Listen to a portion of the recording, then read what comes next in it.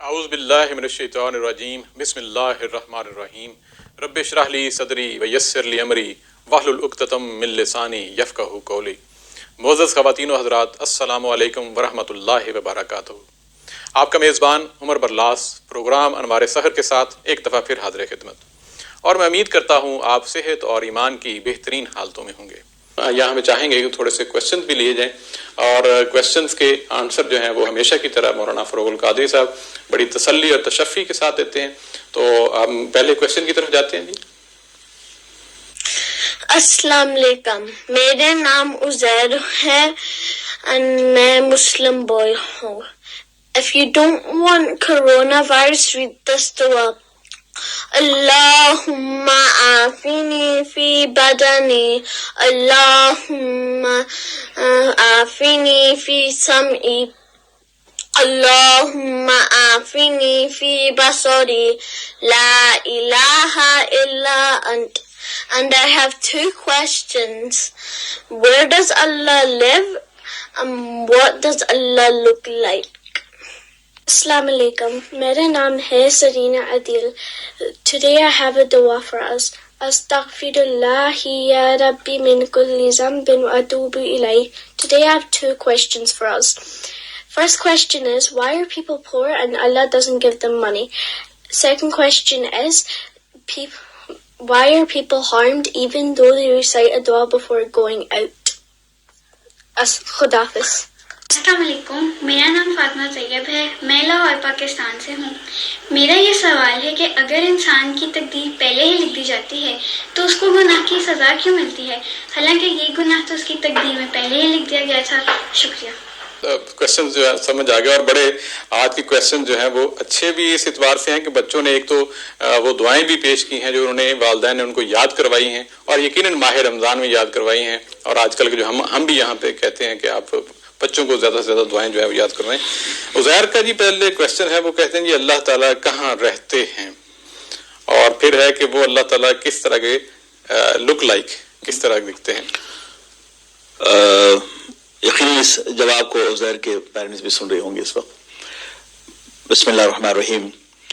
ہم لوگوں کا عقیدہ اور ایمان یہ ہے کہ اللہ عرش پہ ہے، وہ ہے عرش پہ، استواء علی العرش ہے۔ قرآن عظیم میں اللہ رب العزت کے حوالے سے کہا گیا کہ وہ جو ہے عرش پہ استوا ہے، لیکن استوا ہمیں پتہ ہے، مستوی نہیں معلوم۔ وہی مانا کہ خدا کا عرش پہ ہونا ہمارا یقین و ایمان ہے، لیکن وہ کیسے ہے، جلوہ گر ہے، کیا کیفیت ہے، وہ ہمیں نہیں پتا۔ عقیدہ اور ایمان ہمارا یہ خدا عرش پر ہے۔ اب رہی بات کہ ہمارا عقیدہ اور ایمان یہ ہے کہ اللہ تبارک و تعالیٰ جسم و جسمانیہ سے پاک ہے نا۔ آفاق و انفس، شرق و غرب کی وسعتیں اسے گھیر نہیں سکتی، وہ ہر طرف ہے۔ اللہ نور السماوات والارض، اللہ جو ہے وہ سماوات و ارض کا نور ہے، ہمارے اس بات پہ عقیدہ ہے۔ اب رہی بات کہ یہ برحق ہے کہ قیامت کے میدان میں ہم اپنے اللہ کو ماتھے کی نظروں سے دیکھیں گے۔ اب کیسے دیکھیں گے؟ اور پھر ہر جنتی جنت میں ہر جمعے کو اللہ کا دیدار کرے گا، یہ کیسے کرے گا، یہ کیسے ہمیں نہیں پتا، اللہ اس بات پہ قادر ہے۔ جیسے کہ حضرت موسیٰ علیہ السلام نے کہا کہ مولا ہم تمہیں دیکھنا چاہتے ہیں تو لن ترانی، تو مجھے دیکھ نہیں سکتے۔ ایسے نہیں کہا کہ ہم تمہیں دکھا نہیں سکتے، اور پھر وہ جلوہ ڈالا گیا، آپ بے ہوش ہو گئے، ٹھیک ہے نا۔ تو اللہ تعالیٰ اس بات پہ قادر ہے کہ وہ اپنی زیارت ہمیں کروائے کہ میدان قیامت میں اور جنت میں کیسے ہوگا وہ اللہ جانے، اس کا رسول جانے، ہمیں اس بارے میں پتہ نہیں، لیکن عقیدہ اور ایمان اس بات پر ہے کہ ہم میدان محشر میں اور جنت میں ہر جمعے کو اللہ کی زیارت کریں گے جو اس کی مشیت کے لائق ہو۔ جی بالکل۔ باقی عزیر اس نے بڑی اچھی خوبصورت جواب دیا، اور اس میں آپ کے سمجھنے کے لیے یہ ہے کہ یہ ایک کویشچن ایک دور میں پوچھا گیا تھا، تو وہاں پہ بھی ایک جواب یہ تھا کہ ہوا کو آپ جو ہے وہ بتا سکتے ہیں کہ کہاں پہ ہے اور کہاں پہ نہیں ہے، تو وہی بات ہے کہ اللہ تعالیٰ ہر جگہ پہ ہے۔ جس طرح آپ یہ دکھا سکتے کہ ہوا جو ہے وہ کہاں پہ ہے، اللہ ہر جگہ ہے، بھائی بانا کہ اللہ رب العزت کے صفات کا یہ مظہر ساری کائنات، ہر جگہ خدا موجود ہے۔ اللہ نور سماوات والارض، یہ قرآن جو کہ اللہ نور سما، تو کون سی ایسی جگہ ہے جہاں سورج کی کرن نہیں پہنچتی؟ بالکل ایسے ہی، تو اس لیے نور سے مثال دی گئی، اللہ نور سماوات۔ کیا آپ نور کو پکڑ سکتے ہیں؟ بالکل ایسے، لائٹ ہے ہر جگہ، شعور و شباہت ہے، اور وہ موجود تو ہے نا۔ تو کائنات وہ خیمہ افلاق کا استعداد اسی نام سے ہے، نبض ہستی تپش آمادہ اسی نام سے ہے. تو اللہ تبارک تعالیٰ وہ ہر جگہ موجود ہے اپنے انوار و تجلیات کے ساتھ، اپنی حکمتوں کے ساتھ.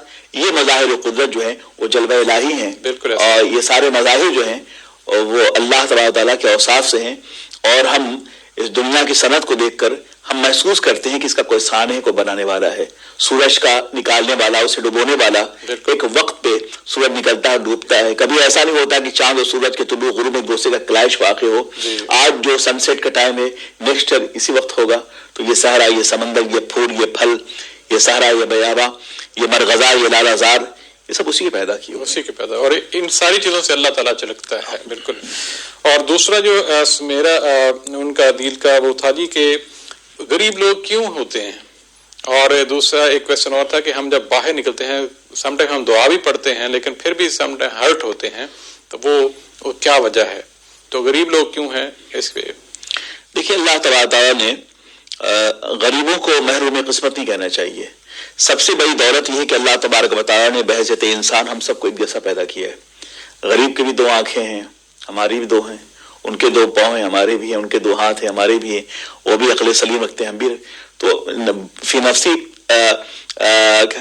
انسان ہونے کے میں حیث الانسان ہم سب برابر ہیں. آپ نے دیکھا نہیں کہ فلاں غریب کا بچہ تھا اور پھر وہ ترقی کیا اور وہ سائنسداں بن گیا. جی وہ ترقی کیا، بہت بڑا کاروباری بن گیا. اس نے ترقی کی. اور غریب کے بہت سارے بچے جو مدرسوں میں پڑھنے والے غریب طلبہ ہیں تو غریب تھے نا. پڑھنے کے بعد انہوں نے ترقی کی. تو شیخ الحدیث ہے، رائٹر ہے، مفکر ہے، مقرر ہیں، ڈاکٹر ہیں. تو میں اس کرنا چاہتا ہوں کہ یہ غریب و امیر کی تقسیم جو ہے یہ بحیثیت انسان نہیں ہے، بلکہ غریب اور امیر کی تقسیم جو ہے وہ اس کے لوازمات کے اعتبار سے ہے کہ آپ کے پاس لوازمات زندگی بہت زیادہ ہے، جی آپ امیر ہو گئے، اور ہمارے پاس لوازمات زندگی کم ہے تو ہم غریب ہو گئے. جی معاشی اعتبار سے زیادہ، معاشی اعتبار سے لوازمات زندگی. حضرت علی رضی اللہ عنہ نے فرمایا تھا نا کہ غریب تو وہ ہے جس کے دوست نہیں ہے. ہاں وہ بھی. اور دوسرا اللہ تعالیٰ نے ایک جگہ فرمایا کہ قیامت والے دن غریب وہ ہوگا جس کے پاس اعمال نہیں ہوں گے. جی ہاں. تو یہ تو دینی تشریح ہے. اور حضور نے فرمایا قیامت کے میدان میں جو جنت میں جو مجھ سے قریب ہوں گے جو لوگ وہ میری امت کے غربا ہوں گے. جنت پہ جانے والے غربا کی تعداد پہلے ہوگی. اور وہ اہل مدینہ، وہ اہل مکہ میں وہ غریبی لوگ تھے جنہوں نے اسلام کو پہلے قبول کیا اور دار اسلام میں آئے. وہ غربا ہی تھے جو میدان بدر میں اپنی سریں کٹوائیں. تو یہ سب تو جانصاریوں کی انتہا ہے. تو ہم لوگوں نے غریبی اور امیری کی تقسیم کر رکھی ہے. ہم صرف معاشی اعتبار سے دیکھتے ہیں، باقی اللہ کے ہاں کس کا کیا کام ہے. ہاں یہ سوشل ایگزسٹنس جو ہمارا ہے اس بیس پر ہو سکتا ہے وہ غریب جو ہے اللہ کے ہاں بہت بڑا مقام رکھتا ہے. ہاں تو اندر شرع اسلام میں جو ہے وہ اس وہ غریب ہو یا امیر اس کی کوئی حیثیت نہیں ہے. اس کی تشریح اس کی تعریف یوں کی گئی کہ ان اکرمکم عند اللہ اتقاکم. بالکل ہے نا. اور حضور پاک صلی اللہ علیہ وسلم نے خود بطویدہ میں فرما دیا کہ کسی عربی کو اجمی پر، اجمی کو عربی پر، سیاہ کو سفید پر، امیر کو غریب پر کوئی فضیلت حاصل نہیں ہے الا بتقوا، تقوی کے ساتھ، تقوی کے تبع. تو اسلام جو ہے وہ سراپا تقوی ہے. اور اسلام میں امیری غریبی کوئی حیثیت نہیں ہے. ایک امیر بہت زیادہ امیر ہے اور بہت زیادہ گنہگار بھی ہے، اس سے وہ بہتر ہے جو غریب ہے اور متقی پرہیزگار ہے. بے شک، بالکل صحیح کہا. اور دوسرا تھا ان کا کہ ہم بعض کا دعا پڑھ کے باہر جاتے ہیں تو پھر بھی ہرٹ ہوتے ہیں. تو یہ بھی اللہ کی آزمائشوں میں سے ایک وہ بھی آ جاتی ہے، اللہ کی طرف سے ہے آزمائشوں سے. اور دعا پڑھنے کا مطلب یہ نہیں کہ اب بالکل ہم ہر طرح سے بے نیاز ہو گئے ہوں. اب اللہ کی مرضی ہے، اگر بیمار ہونا ہے تو اللہ کی طرف سے ہے، صحت مندی اللہ کی طرف سے. ہو سکتا ہے ایک بڑی مصیبت سے اللہ تعالیٰ نے ایک چھوٹی مصیبت دے کے جو ہے وہ آپ کو بچا لیا ہو. تو یہ اللہ تعالیٰ کے معاملات ہیں.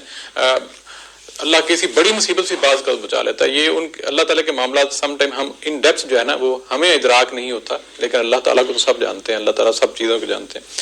یہ پاکستان لاہور سے جی یہ فاطمہ طیب کا سوال تھا کہ جو تقدیر ہے وہ اس بارے میں تھوڑا سا بتا دیجیے کہ اگر ہم نے گناہ ہمارا لکھا ہوا ہے تقدیر میں اور ہم نے وہ اگر کر لیا ہے تو پھر میں نے تو نہ کیا، وہ تو آلریڈی لکھا ہوا ہے. اس کے بارے میں تقدیر وہ معاملات ہیں جو غیوبات سے ہیں، لہٰذا وہ معاملات جو غیوبات سے ہیں جس کا تعلق غیب سے ہے اس پہ بھی بہت زیادہ بحث نہیں کرنی چاہیے. جیسے روح ہے وہ غیب سے، اسے بحث نہیں کرنی چاہیے. تقدیر بھی انہی معاملات سے ہیں. مقدر کو مقدر اس لیے کہتے ہیں جو شاید وہ چھپی ہوئی چیز ہے نا. تو تقدیر کو تقدیر بھی اسی کہتے ہیں کہ وہ مقدر چھپی ہوئی چیزیں ہیں. جی اب یہی بات کہ اگر مقدر میں گناہ ہے تو ہم گناہ کریں گے، خیر ہے تو خیر کریں گے. تو بچی کا یہ سوال یہ تھا کہ جب ہمیں ہمارے مقدر میں خیر و شر لکھا گیا ہے تو اب ہمیں سزا تو نہیں ہونی چاہیے نا؟ جی وہ تو آلریڈی لکھ دی ہے جی. اصل میں ایک فرقہ ہے معتزلی، تو معتزلیوں کا بھی جو ہے یہی عقیدہ ہے. بات یہ نہیں ہے اور اگر یہ مان لیا جائے کہ کوئی قاتل ہے، قتل کر دیا، وہ کہے گا ہمیں سزا کیوں ملنی، ہمارے مقدر میں قتل تو کرنا تھا، ہم نے قتل کیا، اور مقتول چونکہ اس کو مرنا تھا، قتل ہو کر وہ مر گیا جی تو ہمیں سزا کیوں ملنی ہے.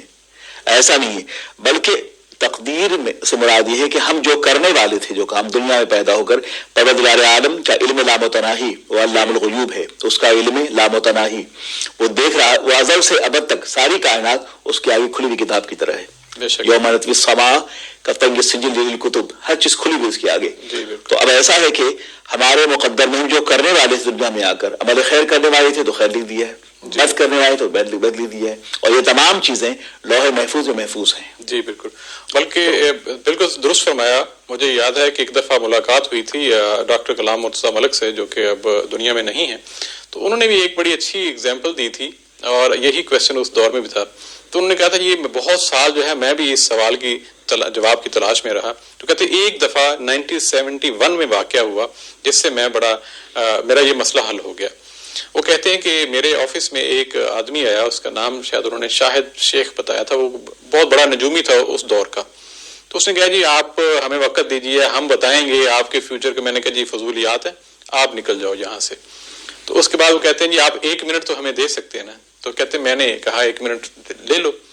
وہ کہتے ہیں یہ ایک بڑا سا چارٹ تھا، اور اس کے اوپر جو ہے وہ ڈبے تھے چھوٹے چھوٹے، اور اس کے اندر نام سے لکھے ہوئے تھے چیزوں کے، قلم ہے، کتاب ہے، میز ہے، کرسی، اس طرح کی چیزیں. تو انہوں نے کہا جی آپ اس طرح کریں، اس میں سے کوئی ایک نام آپ منتخب کر لیں، تو اور آپ بس انگلی رکھ دیں جو ہے. اور اس ساتھ ہی اس نے جب یہ کہا تو ایک چھوٹا سا پیج کا ٹکڑا لیا اور کچھ لکھ کے ادھر ایک سائڈ پہ رکھ دیا ٹیبل پہ. تو وہ کہتے میں نے کہا جی یہ کیا رکھا ہے تو نے؟ کہتے ہیں جی میں نے یہ رکھ دیا ہے جو نام آپ نے لینا ہے. کہتے میں تو بڑا عجیب سے خوفزدہ بھی ہوا، ایک عجیب سی کیفیت میں ہوگا، یہ کیا بات اس نے کر دی. اب کہتے ہیں میرا سارا دھیان توجہ یہ تھی کہ جو اس نے لکھا ہے اسے میں نے غلط کرنا ہے. تو کہتے میں کبھی ایک نام پہ جاؤں، کبھی دوسرے نام پہ جاؤں، پھر میں کہا یہ نہ لکھو، یہ نہ لکھو. کافی ٹائم لگ گیا، تو پھر میں نے ایک نام لے لیا. وہ اتفاق سے اس نے وہی لکھا ہوا تھا. تو پھر مجھے کہتے ایک پتا چلا کہ یہ ایک دنیا کا ایک عام انسان جو ہے، یہ اپنا جو بھی اس کا علم غلط ہے جو بھی ہے، اس کی بنیاد پہ یہ ایک چیز پریڈکٹ کر رہا ہے کہ یہ جو ہے انہوں نے ابھی یہ کہنا ہے.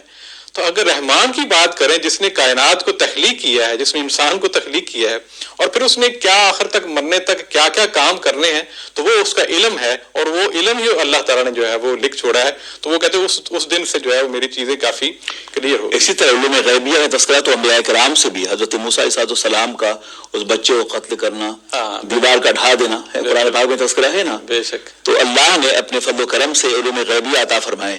تو جب اس عام آدمی کے علم غیب کا جب یہ عالم ہے تو اولیاء اور انبیاء کے علم غیب کا عالم کیا ہوگا؟ ہاں بالکل. تو اللہ تعالیٰ جو ہے وہ علام الغیوب ہے. بالکل. اس میں بلکہ میں اس بچی کو اور سمجھانے کے لیے چھوٹی سی اگزامپل دوں. بچی آپ کے جو ٹیچر ہیں اگر ان سے پوچھا جائے نا کلاس میں A گریڈ کس نے لینا ہے اور C کس نے لینا ہے، D کس نے لینا ہے، تو وہ ایک لمحے میں بتا دیں گے کہ یہ بچی ٹاپ کرے گی، یہ جو ہے بچی جو ہے فیل ہوگی، وہ بچی صرف پاس ہوگی. حالانکہ ایگزام ابھی نہیں ہوئے.